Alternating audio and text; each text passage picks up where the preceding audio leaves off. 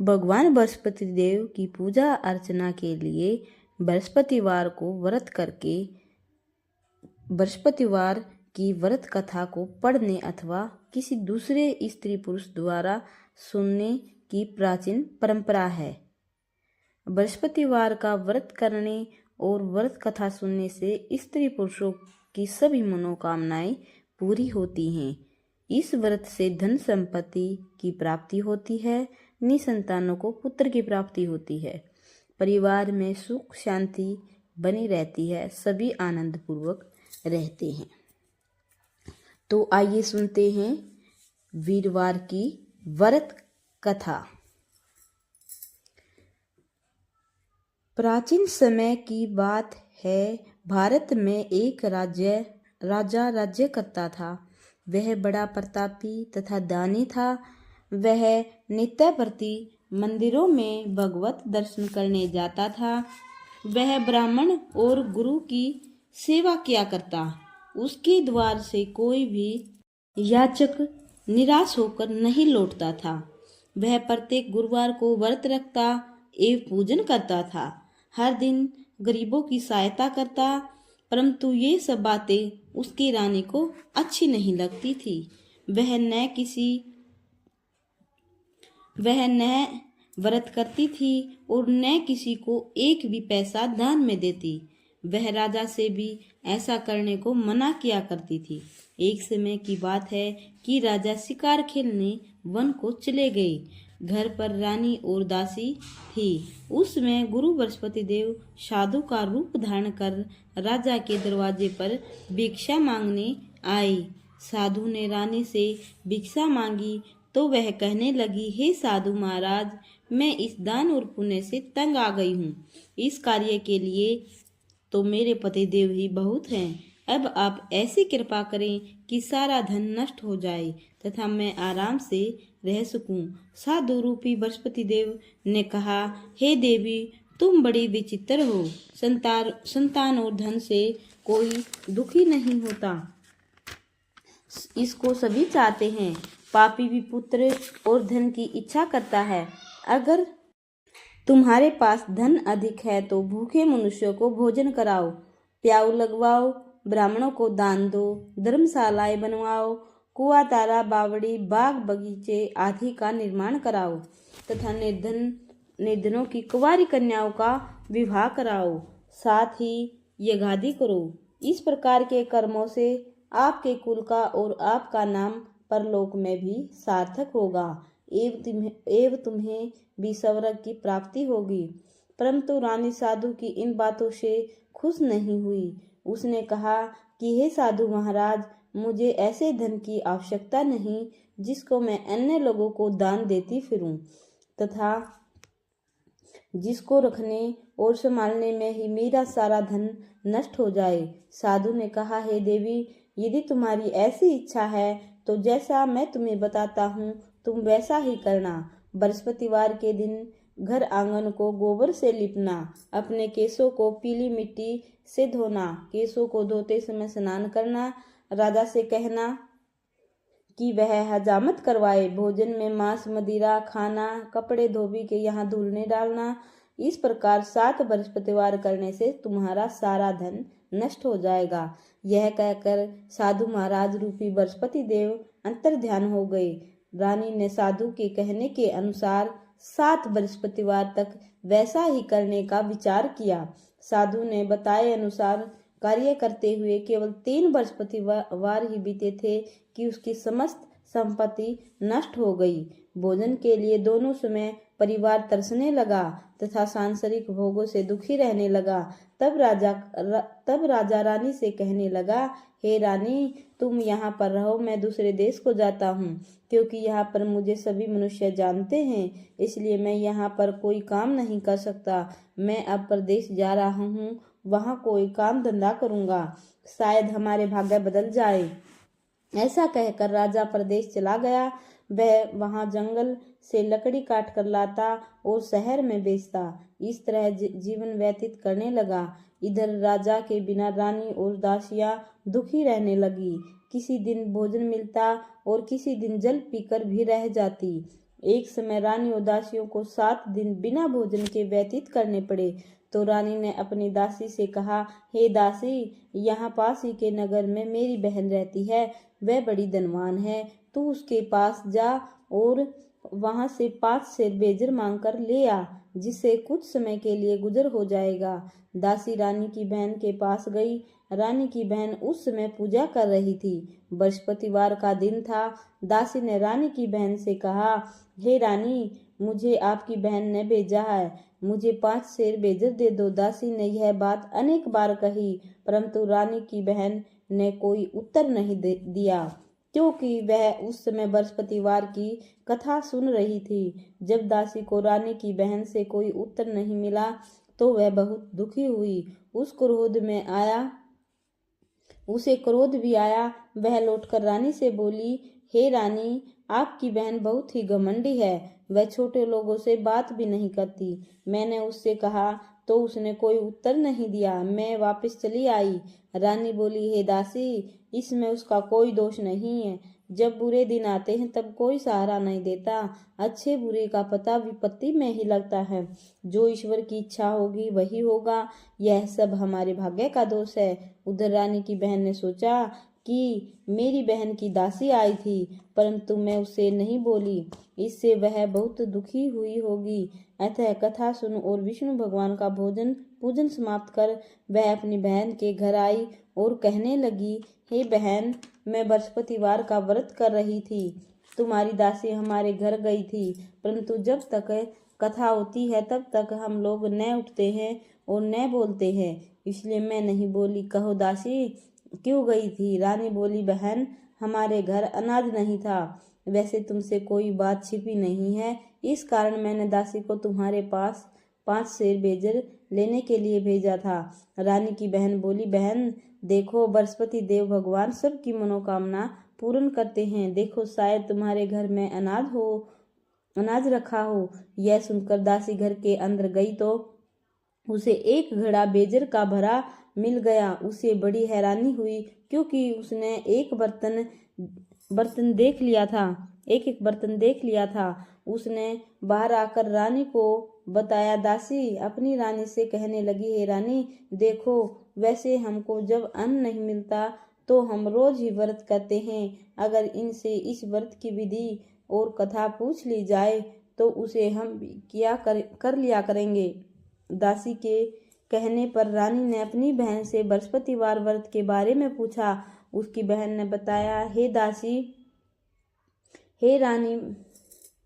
रानी बहन, बृहस्पतिवार को सूर्योदय से पूर्व उठकर स्नान करके बृहस्पतिवार का व्रत करना चाहिए, लेकिन उस दिन सिर नहीं धोना चाहिए। बृहस्पतिवार के व्रत में चने की दाल मुनकों से विष्णु भगवान को केले के वृक्ष की जड़ में पूजन करें तथा दीपक जलाएं। उस दिन एक ही समय भोजन करें। भोजन पीले खाद्य पदार्थ का करें, कथा सुने।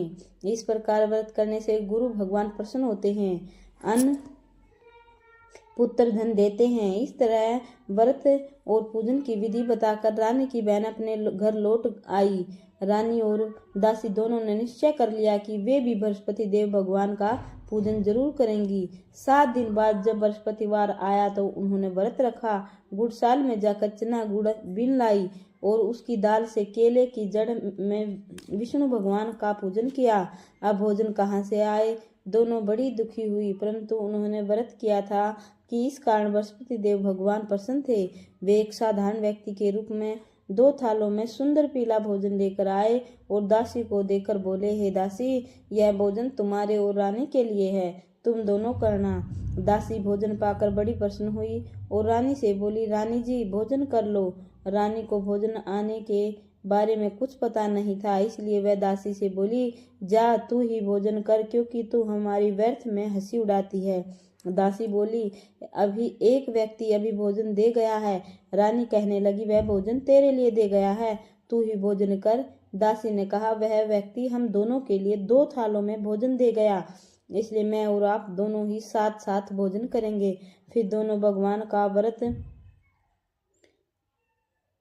और पूजन करने लगी। बृहस्पति देव भगवान कृपा से दोनों फिर गुरु भगवान को नमस्कार कर भोजन प्रारंभ किया। इसके बाद से वे प्रत्येक बृहस्पतिवार को गुरु भगवान को व्रत और पूजन करने लगी। बृहस्पतिवार भगवान की कृपा से उनके पास धन हो गया, परंतु रानी फिर से पहले की तरह आलस्य करने लगी। तब रानी बोली, देखो रानी, तुम पहले भी इसी प्रकार आलस्य करती थी, तुम्हें धन के रखने में कष्ट होता था, इस कारण सभी धन नष्ट हो गया। अब गुरु भगवान की कृपा से धन मिला है तो फिर तुम्हें आलस्य होता है। बड़ी मुसीबतों के बाद हमने यह धन पाया है, इसलिए हम दान पुण्य करना चाहिए। तुम भूखे मनुष्य को भोजन कराओ, प्याऊ लगवाओ, ब्राह्मणों को दान दो, कुआं तालाब बावड़ी आदि का निर्माण कराओ, मंदिर पाठशाला बनवाओ, कुंवारी कन्याओं का विवाह करवाओ, धन को शुभ कर्मों में खर्च करो, जिससे तुम्हारे कुल का यश बढ़े और स्वर्ग की प्राप्ति हो और पितृ प्रसन्न हो। दासी की बात मानकर रानी ने इसी प्रकार के कर्म करने आरंभ कर दिए, जिससे उनका काफी यश फैलने लगा। एक दिन रानी और दासी आपस में विचार करने लगी कि न जाने राजा किस दशा में होंगे, उनकी कोई खोज खबर नहीं है। गुरु भगवान से उन्होंने प्रार्थना की। भगवान ने रात्रि में राजा को स्वप्न में कहा, हे राजा उठ, तेरी रानी तुझको याद करती है, अब अपने देश को लौट जा। राजा प्रातःकाल उठकर जंगल से लकड़ियां काट कर लाने के लिए जंगल की ओर चल पड़ा। जंगल से गुजरते हुए वह सोचने लगा, रानी की गलती से कितने दुख भोगने पड़े हैं। राजपाट छोड़कर उसे जंगल में आकर रहना पड़ा। जंगल से लकड़ियां काटकर उन्हें बेचकर गुजारा करना पड़ा। उसी समय उस जंगल में बृहस्पति देव एक साधु का रूप धारण कर आ गए और राजा के पास आकर बोले, हे लकड़हारे, तुम इस सुनसान जंगल में किस चिंता में बैठे हो, मुझे बताओ। यह सुन राजा के नेत्रों में जल भर आया और साध की वंदना कर बोला, हे प्रभु, आप सब कुछ जानने वाले हैं। इतना कहकर राजू ने साधु को अपनी संपूर्ण कहानी सुना दी। महात्मा तो स्वभाव से ही दयालु होते हैं। वे राजा से बोले, हे राजा, तुम्हारी पत्नी ने बृहस्पति देव के प्रति अपराध किया था, जिसके कारण तुम्हारी यह दशा हुई है। अब तुम किसी प्रकार की चिंता मत करो, भगवान तुम्हें पहले से अधिक धन देंगे। देखो, तुम्हारी पत्नी ने बृहस्पतिवार का व्रत करना प्रारंभ कर दिया है। अब तुम भी बृहस्पतिवार का व्रत करके चने की दाल व गुड़ जल के लोटे में डालकर केले का पूजन करो, फिर कथा कहो या सुनो, भगवान तुम्हारी सब मनोकामनाओं को पूर्ण करेंगे। साधु को प्रसन्न देखकर राजा बोला, हे प्रभु, मुझे लकड़ी बेचकर इतना पैसा भी नहीं बचता जिससे भोजन करने के उपरांत कुछ बचा सकूं। मैंने रात्रि में अपनी रानी को व्याकुल देखा, मेरे पास कोई साधन नहीं जिससे समाचार जान सकूं।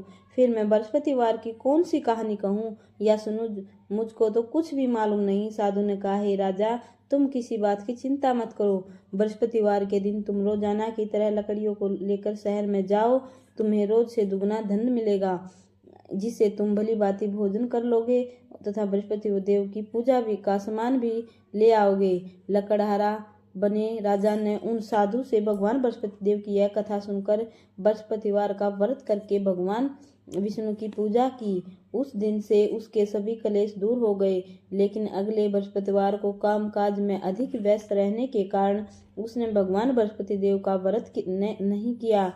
भगवान बृहस्पति देव लकड़हारे से क्रोधित हो गए और उसे भूल की सजा दी। उस दिन नगर के राजा ने नगर में घोषणा करके सबको सूचित किया कि प्रत्येक नागरिक मेरे महल में भोजन करने आए, जो नहीं आएगा उसे अपराधी मानकर भारी दंड दिया जाएगा। लकड़हारा बने राजा ने उस नगर के राजा की घोषणा तो सुनी, लेकिन जंगल से लकड़ी काट कर लाने और उन्हें बेचने में देर हो जाने के कारण